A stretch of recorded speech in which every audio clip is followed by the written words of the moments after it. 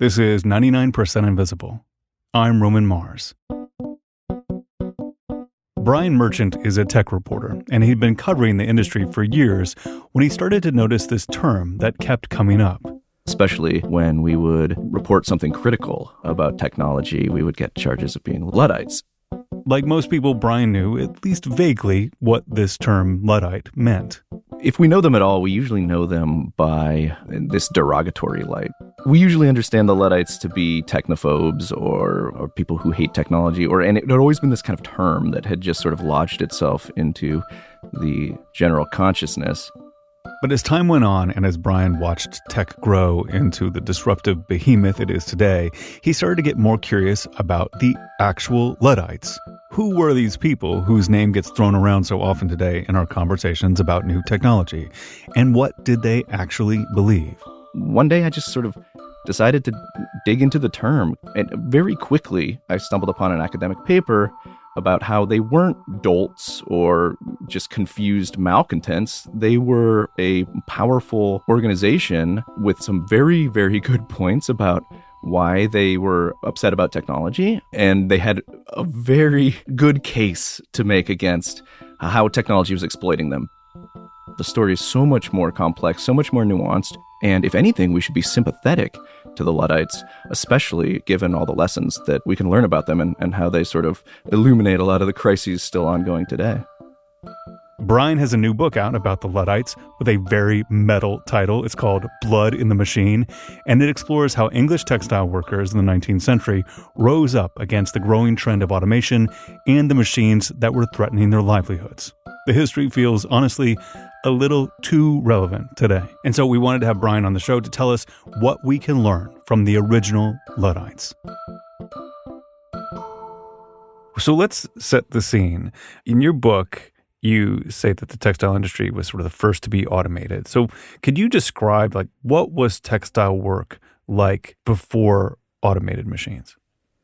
So it varied a lot, but textile work was often sort of what today we would kind of understand to be good sort of middle class work. A lot of times the cloth workers would work at home. They were some of the first work from home proponents in that sense. They would usually work about 30 hours a week. They could take breaks when they wanted. Mm-hmm. They could walk in their gardens. A lot of them had little farms to provide a little extra subsistence or a little extra value. The children would help spin the yarn. It was a family affair. They would sing. It was hard work. It wasn't always, totally great. Sure. They would haggle with the merchants who would come to buy the cloth, but they could work on their own terms, and they really built these communities. It was this way for 200 years, and it had really sort of, brought together a bunch of traditions and norms and standards that until sort of the late 1700s, when you started to see some new trends begin to impinge on that they had a very well-established sort of nice lifestyle. And those trends that you're talking about, they involved the introduction of a bunch of new machines that automated the weaving work that humans have been doing for hundreds of years. And perhaps the most significant of those machines was the power loom. Could you tell us about it? Yeah, it's a device that automates the process of weaving itself.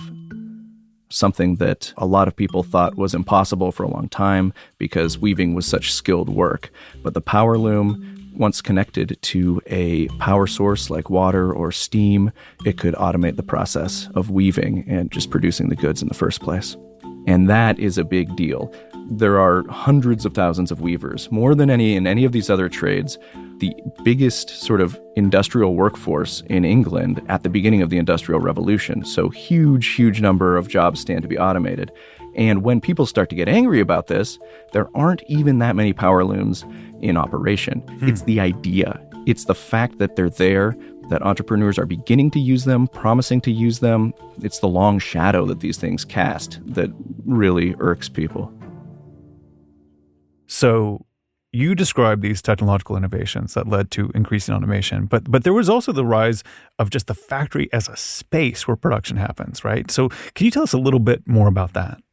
So the factory was still kind of a novel concept at the time, that you could organize labor more efficiently if you gathered it all under one roof under one overseer and just start lining the place with machines. And this had not been done before the 1700s in a meaningful way. So when it started happening, it immediately caused alarm bells to ring among cloth workers everywhere who saw pretty viscerally what their lives were going to look like in the future if this mode of work took over their industry. I mean, it sounds like the factory itself is almost as important as any one of these new machines, like when it comes to changing the dynamics of work at the time. 100%, yeah. In fact, the Luddites and the people who would become Luddites had a saying, and that was what they hated most of all was to, quote unquote, stand at their command. They hated this idea of becoming subservient to anyone, to an overseer, to a factory boss, when they'd lived their whole lives with autonomy, working hard, but with flexibility and with dignity. If they had to stand at the command of somebody else, all that was out the window. It's the difference between working at home with your family, with your friends, taking breaks to walk in the garden, and sitting in a 6-story building with whirring machinery and cloth fiber choking your lungs and somebody telling you when you can and cannot stand up to take a break. One of the things I was really surprised by in your book is the role of that automation played in creating child labor. Could you talk about that and why one led to the other? Yeah. So you don't need as much skill to run these new machines.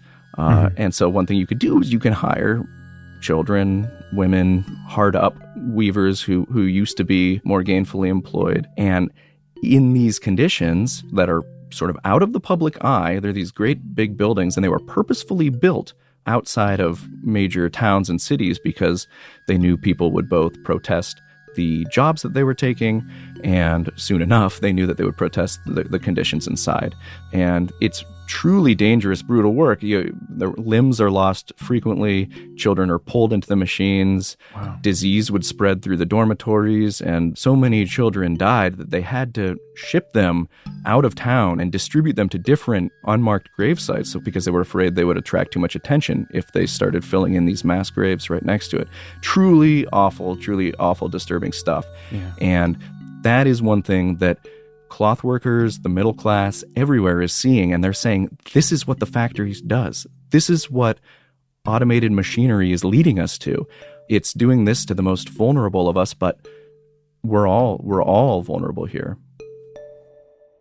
So we see this rising discontent about automation. So from there, how did the Luddite movement begin? And when does it start to coalesce? So at the end of the 1700s, in response to the French Revolution, a lot of the British working class start to build a class consciousness and start to sort of agitate for reform and better conditions. The Crown responds in quite an authoritarian manner. And one important thing that they do is they ban the act of combining or organizing or forming a union as we would understand it today. So that option is off the table. Workers cannot agitate collectively for change.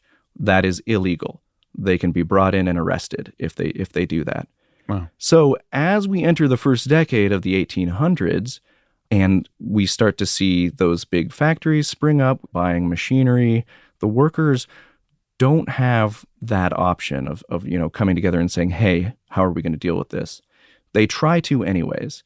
So they form this nebulous trade organization. They go to Parliament. They say, hey, these entrepreneurs are wrecking our trade. They are ignoring laws that are on the books. Can we deal with this? Can we deal with this in a democratic way so that we all benefit a little bit from this new immense economic boom that's happening, and so it doesn't just get concentrated all at the top and we're just all at their whims? And they get denied, and finally the British Parliament at the time just says, we've had enough of this. They wipe all those regulations off the books. So now they don't even have nominal regulations or laws to appeal to. Wow. They go to their employers. They say, hey, let's work out some deals. Let's find a way that we can sort of introduce this technology more gradually so it's not so sudden. They get rebuffed there too. So it sounds like workers are trying to stay ahead of this trend towards automation. Like they're trying to push back, but they're just not having much success.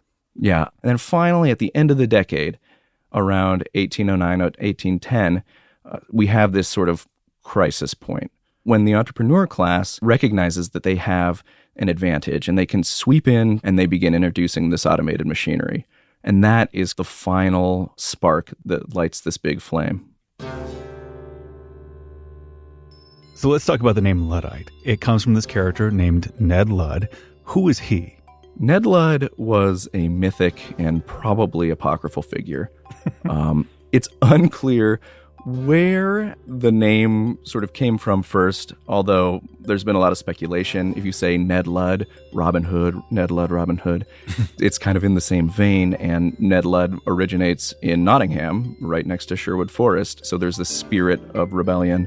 But the first time that Ned Ludd appears is in a newspaper article that sort of details this backstory of an apprentice named Ned Ludd, who was a boy forced to work on a machine. He didn't want to do his work because he's a boy, but the magistrate demands that he be whipped because he's not being productive enough, so the factory owner who's overseeing him whips him. Ned Ludd revolts, smashes the machine with a hammer, and flees into the forest. This is the legend of Ned Ludd, and it's either created or adopted by the cloth workers who, in 1811, finally decide that they've had enough and they organize a rebellion against the factory owners. So this marks the beginning of the Luddite movement, and their hallmark becomes that they destroy machines in the same way the mythical Ned Ludd did. Exactly. Their campaign is very organized, very pointed, very specific.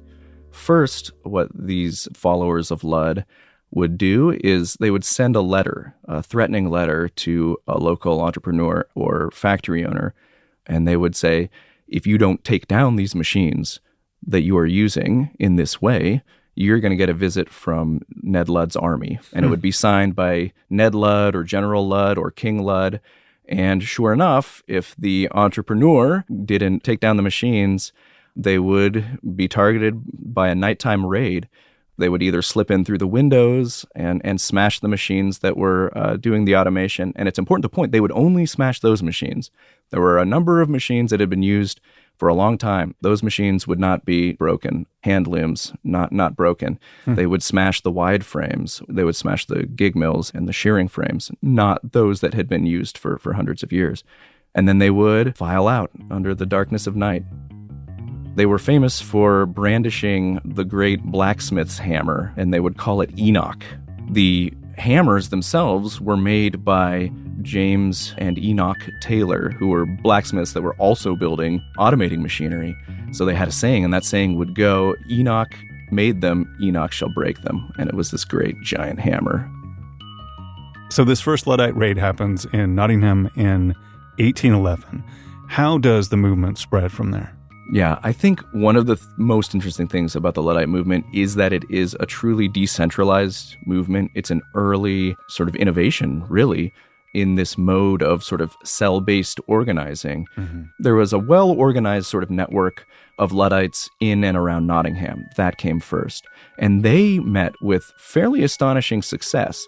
So they would sneak into the factories, break the machines, and people cheered. Once they saw that public reaction was so good, they would do it again, and they got increasingly brazen. Soon there were raids in broad daylight as the crowds of the city would come out and cheer. So it's clear pretty early on that there's a lot of popular sentiment in favor of Luddism. And so you see Luddite cells start to crop up in various places, even where it's not clear that they were, in touch. In the beginning, it really was truly a decentralized movement, something like Occupy Wall Street or Black Lives Matter. It might be analogous to that today. So who were some of the most important Luddite leaders who emerged during this time? What drove them to the movement? So the interesting thing about Luddites is that they left very little trace. What we know about Luddites is largely through the letters they sent, the complaints and descriptions passed down through the magistrates that fought them, the newspaper writers of the day, and, through what was passed down through oral tradition. We do know a handful of the Luddite leadership, and the most famous is George Mellor. George Mellor had recently finished his apprenticeship as a cloth finisher or a cropper at the time that the entrepreneurs were starting to use automated machinery. So you can kind of imagine a young man going, I finished my apprenticeship. Now I can sort of embark on the world, and then seeing a factory spring up outside town and say, actually, we're gonna do that work for you, and you're not going to get paid anything anymore. Yeah. So he is particularly incensed by all of this. So he agitates for this organized rebellion after Nottingham. So Nottingham comes first. It's an inspiration to cloth workers everywhere. And George Mellor is reading these accounts in the newspaper and saying, we need to do this here.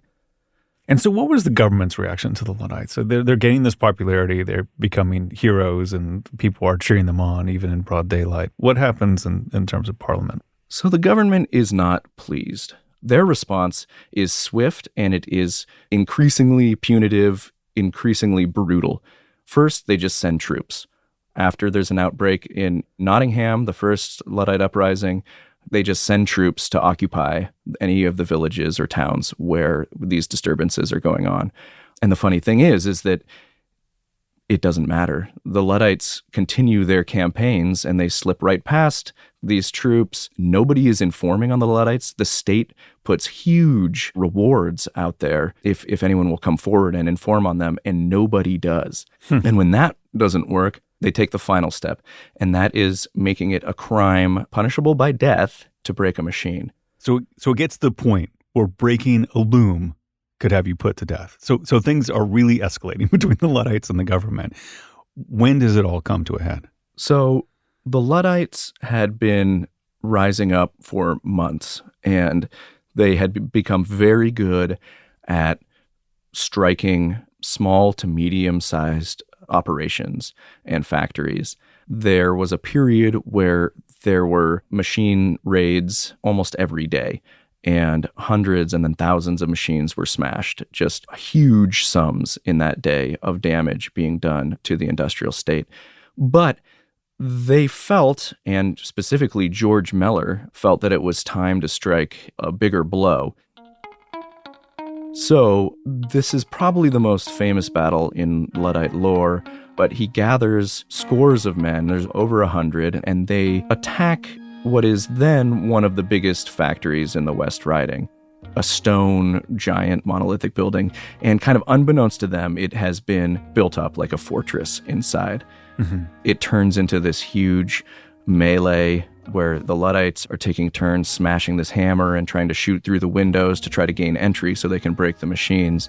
But there are soldiers and mercenaries inside, all shooting back at them. Wow. In the end, it's believed 4, but 2 for sure, Luddites are shot and killed, and they have to retreat. The attack at Rawfold's Mill was really the Luddites' first major defeat, and it was a huge turning point. It showed the factory owners that the Luddites could be turned back by force, that they could be crushed in this way, and that maybe the answer wasn't, bounties or trying to ratchet up the penal code, but to simply encourage factory owners to defend their businesses with guns if necessary. So could you tell us how the Luddite movement eventually ended? Like what led to their defeat? So after the defeat at Rawfolds, George Mellor kind of goes off the deep end. One of his close friends, who he had personally convinced to become a Luddite, John Booth, was among the dead, and he becomes pretty deeply unwell, and he quickly resolves he needs to take more direct action. So he enlists a few of his colleagues, and they set out to attack the other major factory owner in town, a man named Horsfall. And they ambush him on his ride home and assassinate him in cold blood. So it becomes clear, both by the body count and sort of by the way the winds are blowing, that the Luddites are losing. And after George and the other croppers assassinate Horsfall, they also begin to lose public sentiment. So all of this leads this most sort of explosive outburst of Luddism to peter out. Really, the core Luddite uprising that we think about when we think about Luddites happen from 1811 to 1813, and it dies out by the end of the decade. And ultimately, George Miller, the Luddite leader, and his friends were put to death for their role in the assassination, right? Yeah. It was a big dramatic trial. Courtroom was packed. It was written about in the papers. And, they never admitted to the assassination, but they were convicted pretty quickly. And they were hung outside York Castle. And then just days later, there was a trial for all of those who had been participating in the movement otherwise, just for machine breaking, not for assassinating Horsfall. And they were all put to death as well. It was a public affair. It was meant to send a signal to workers everywhere because, again, Luddites had become quite popular. Their movement was joined not just by cloth workers, but by shoemakers, by coal workers, by people of every stripe. Mm-hmm. Working people understood the structures that were taking shape, and that this mode of factory work especially, and having to tend to the machines owned by somebody else, was so onerous that it was worth fighting to preserve their way of life, to preserve their freedom, basically. So how did the defeat of the Luddites represent like a new template for labor relations and also just, the way we make and build things going forward? The defeat of the Luddites meant that the factory owners won, mm-hmm. and that this mode of production gets replicated everywhere. We get the Industrial Revolution, and it's largely a factory revolution. So when the Luddites lost, on the one hand, this particular mode of work became ascendant, and on the other hand, it became taboo to question how technology was used and how it was used in your workplace, how it was used against you, if it was going to be used against you.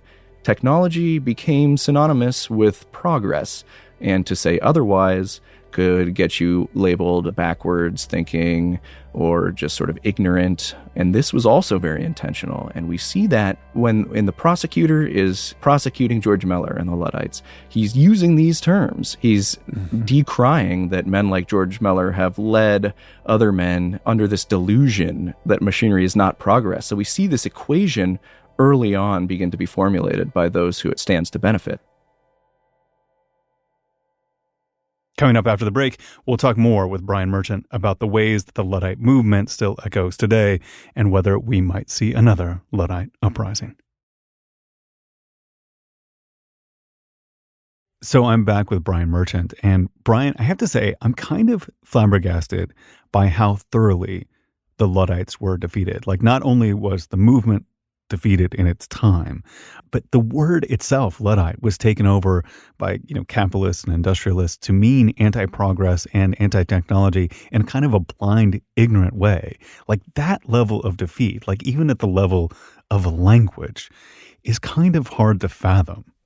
Yeah, it really is. There's a scholar, Theodore Roszak, who once said about the Luddites, and I love this, he said, if the Luddites didn't exist, then the tech industry would have to invent them. Mm-hmm. I think it's been very intentional on some level by, the people who stand to benefit most from a lot of these technologies that we would do very well to question, to have us not question them.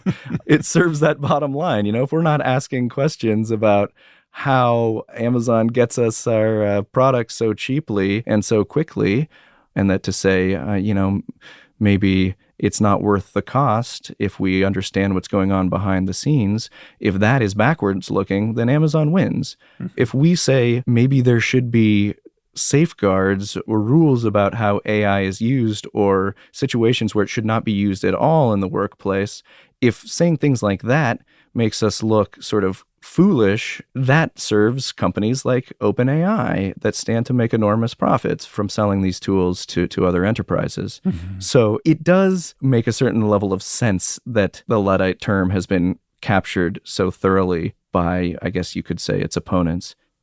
Do you think we might see a new kind of Luddite uprising in reaction to developments in automation today?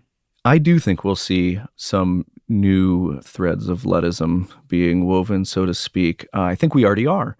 So again, the Luddites did not have the tools that we have available to us. Like, we do have the ability to organize our workplaces and to sort of confront AI or automation if it's being used in ways that can cause us harms. And we are finally seeing that. And I think that is Luddism. And that is something that we haven't seen for decades now. And I'm talking about the actors and the screenwriters strike, which is predicated in large part over grievances about AI and sort of the gigification of their work. Mm-hmm. It's very much explicit. Both the screenwriters and the writers are drawing a red line in the way that we might imagine the Luddites drawing that line and saying, no, you cannot use ChatGPT or an AI service to create an original script, because we know that what you want to do is have the AI churn out an original script and then to pay us less money to edit it. Mm-hmm. And that's exactly what was happening 200 years ago. You know, they couldn't get rid of the person altogether, but they could make sort of a shoddy substitute. And it's that saying no that just resonates so deeply with what Luddism is all about. A lot of what the Luddites were fighting against is so timeless because the way that we develop technology and the way it's imposed on our economy is so much the same, to the extent that if you look back 200 years and you look at some of the solutions Luddites were proposing, they were proposing things that today look an awful lot like a robot tax that would be proposed by someone like Andrew Yang or Michael Bloomberg, where if you're using automated machinery, then some portion of that cloth that you would not otherwise be able to produce, you should tax that and then use that to fund worker programs. Mm-hmm. This is something that they suggested 200 years ago. And they saw the way that tech titans and entrepreneurs were using the idea of technology to get around regulations, much the same way that 200 years later, Uber and Lyft and the gig economy companies would be using to say, oh, we're a technology company. We don't have to play by the municipal taxi code rules or anything like that. So this playbook has remained the same for so long, and it's going to be the same unless we really sort of take major strides to address it. Would you like to see people use the word Luddite today in the proper way? Is this like a mission? It is a mission. I have become very pro-Luddite. I will fight this battle any day of the week. I think the time is ripe to reclaim the term, and I think we'd all benefit greatly if we succeed.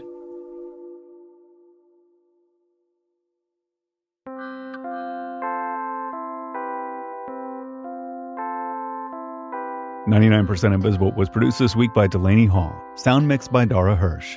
Original music by Swan Real. Kathy Tu is our executive producer. Kurt Kolstad is the digital director. The rest of the team includes Martin Gonzalez, Chris Berube, Jason DeLeon, Emmett Fitzgerald, Christopher Johnson, Vivian Leigh, Lasha Madon, Jacob Maldonado Medina, Kelly Prime, Joe Rosenberg, and me, Roman Mars. Brian Merchant's book will be available for purchase on September 26th. It's called Blood in the Machine: The Origins of the Rebellion Against Big Tech. There is so much detail we couldn't get into. Bloody detail, incredible characters, so much going on. If you want to learn more about the Luddites, you definitely have to check it out. The 99% Invisible logo was created by Stephen Lawrence. We are part of the Stitcher and SiriusXM podcast family, now headquartered 6 blocks north in the Pandora building in beautiful Uptown Oakland, California. You can find the show and join discussions about the show on Facebook. You can tweet at me at Roman Mars and the show at 99pi.org, or on Instagram, Reddit, and TikTok too. You can find links to other Stitcher shows I love, as well as every past episode of 99pi at 99pi.org.